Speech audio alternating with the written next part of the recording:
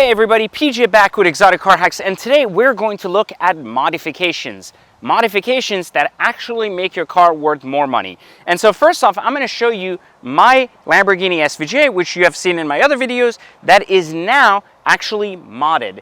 And so you will notice a few changes, even though you don't really notice any changes. And that's kind of the point of how we mod cars when it comes to actually resale value. See, for the longest time, there was this huge misconception that modding cars would actually hurt the car's value. And in some cases, that still holds very true, especially for people without taste, and especially with people who don't take in consideration what they're modding the car with.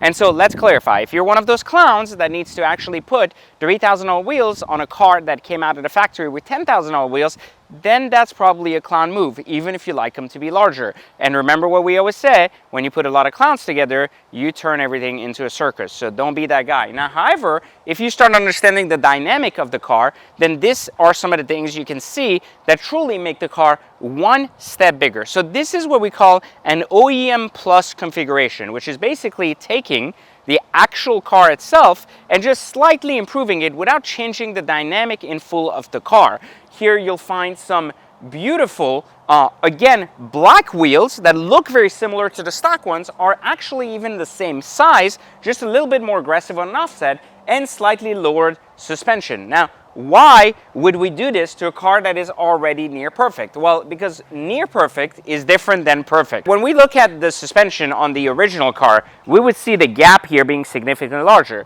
Now, we might argue that this car also hasn't been slammed and it could go lower, so why settle just here? Well, partially, this is the idea of OEM Plus. It is to retain the car's performance and the car's function without actually changing the dynamics too much. And while we reduce this gap here, we're also not killing the entire dynamic of the car slamming it on the floor. We also take in consideration ride clearance, and while yes, you have a lift, we want to ensure that you're not damaging your $25,000 bumper when actually just driving your car on the road, even on a small hump in the middle of the highway. So it wouldn't make sense. And here we've used Novitec suspension to lower the car, which is fully adjustable and still retain some of the best driving possible without joining in check engine or code lights. And then we went to Vossen, the same manufacturers that make Novitec wheels, to basically get a Novitec style wheel that was with the factory setting. Now this is one of their other designs outside of Novitec, which I believe just looks significantly better. Now, how do I determine this wheel design is good for this car? Well, the way I look at wheels is there's really two folds to a car.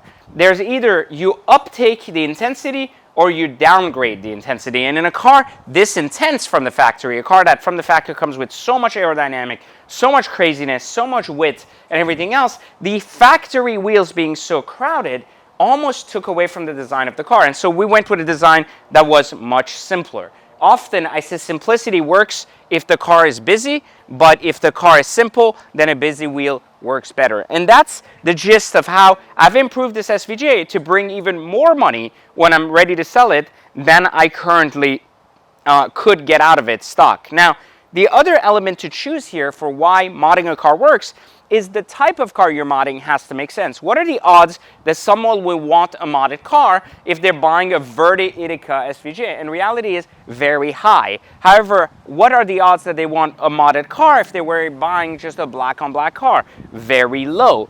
And so, knowing how to play with colors and retain an actual mode of matching kind of the OEM standard of design, meaning we could have done gold wheels, it would have looked much better, but I decided to do black to retain kind of the same look that the factory had from the very beginning. And that is the key to modding a car just in that OEM Plus and still appealing to the same audience when selling it. So there you have it, guys, a close look at my SVJ now modded, and of course an understanding of how mods done the right way can and will increase the value. I will add, for those of you that don't know, that mods should and will bring roughly 30 to 40 cents on the dollar as to what their MSRP was. So if you got a $10,000 MSRP set of wheels, that'll bring roughly anywhere from $3,000 to $5,000 more into your pocket at time of sale. So make sure that you're buying the mods correctly and actually not losing money, just like I teach here in Exotic Car Hacks. So if you've learned something new today, like the video, let me know your comments about your thoughts about how you've seen modded cars before,